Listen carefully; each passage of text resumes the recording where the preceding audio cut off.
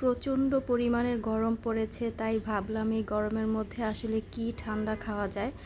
তো ঝটপট আসলে আজকে পুডিং বানাবো। আর আজকের পুডিংটা আমি ডিম ছাড়া বানাবো। আর গরমের সময় কিন্তু আসলে এইসব জিনিসগুলো ফ্রিজে রেখে ঠান্ডা করে খেতে খুবই ভালো লাগে।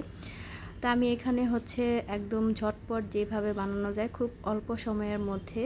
তো আমি এখানে দুধের মধ্যে সামান্য পরিমাণ চিনি দিয়ে দিলাম, মানে স্বাদ অনুযায়ী। আর ঘরের সবাই চিনি আমরা তেমন বেশি পছন্দ করি না, মিষ্টিটা খুব কম খাই, মানে যতটুকু দরকার আমি ঠিক ওইভাবে করে দিয়ে ভালোভাবে দুধের সাথে মিশিয়ে নিচ্ছি।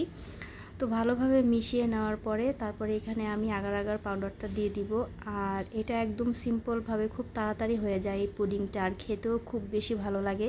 যেহেতু প্রচণ্ড পরিমাণের গরম পড়েছে, তো ভাবলাম ঝটপট বানিয়ে ফেলি, আর ঠান্ডা করে খেতে খুবই ভালো লাগে। তা আমি এখানে 2টা মানে চামচ আগার আগার পাউডার এখন দুধের মধ্যে দিয়ে দিচ্ছি। তো ভালোভাবে এখন নেড়েচেড়ে মিশিয়ে নিতে হবে যেন দলা পেকে না যায়।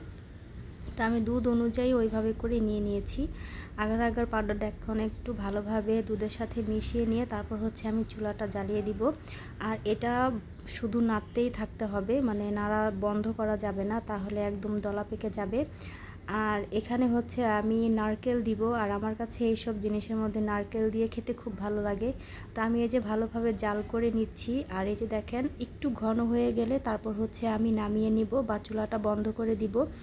আর এখানে আমি নারকেল দিয়ে দিয়েছিলাম, আর ডিপ ফ্রিজে আমি আসলে নারকেলটা সবসময় রেখে দিই। আর এমন টাইপের খাবারগুলো যখন বানাই ঠিক তখনই আমি দিয়ে দিই, সেটা আসলে আর দেখাতে মনে ছিল না। তো আমি এখানে দিয়ে ভালোভাবে এখন নেড়েচেড়ে নিচ্ছি। ঘন হয়ে গেলে বাটির মধ্যে আমি ঢেলে নিব। তো এই যে দেখেন বাটিতে কিন্তু ঢেলে নিয়েছি। আর উপরে যে দেখেন ভেসে উঠেছে নারকেলগুলো। আর এইভাবে পুডিংটা খেতে কী যে ভালো লাগে, ঠান্ডা করে খেতে আমার কাছে তো খুবই ভালো লাগে। প্রচণ্ড পরিমাণের গরম পড়েছে, তো ভাবলাম ঝটপট এই পুডিংটাই বানিয়ে ফেলি। তো আমার এই ভিডিওটা কাছে এবং দূরে যায় যেখান থেকে দেখছেন সবাইকে অসংখ্য ধন্যবাদ। সবাই সম্পূর্ণ ভিডিওটা দেখে সুন্দর সুন্দর কমেন্ট করবেন। আপনাদের কমেন্টগুলো পড়তে খুবই ভালো লাগে, নতুন করে ভিডিও বানাতে অনেকটাই উৎসাহ দেয়। সবাই সবার ভিডিওগুলো দেখবেন, নতুনদেরকে বেশি বেশি করে সাপোর্ট করবেন যেন সামনে অনেক দূর এগিয়ে যেতে পারে।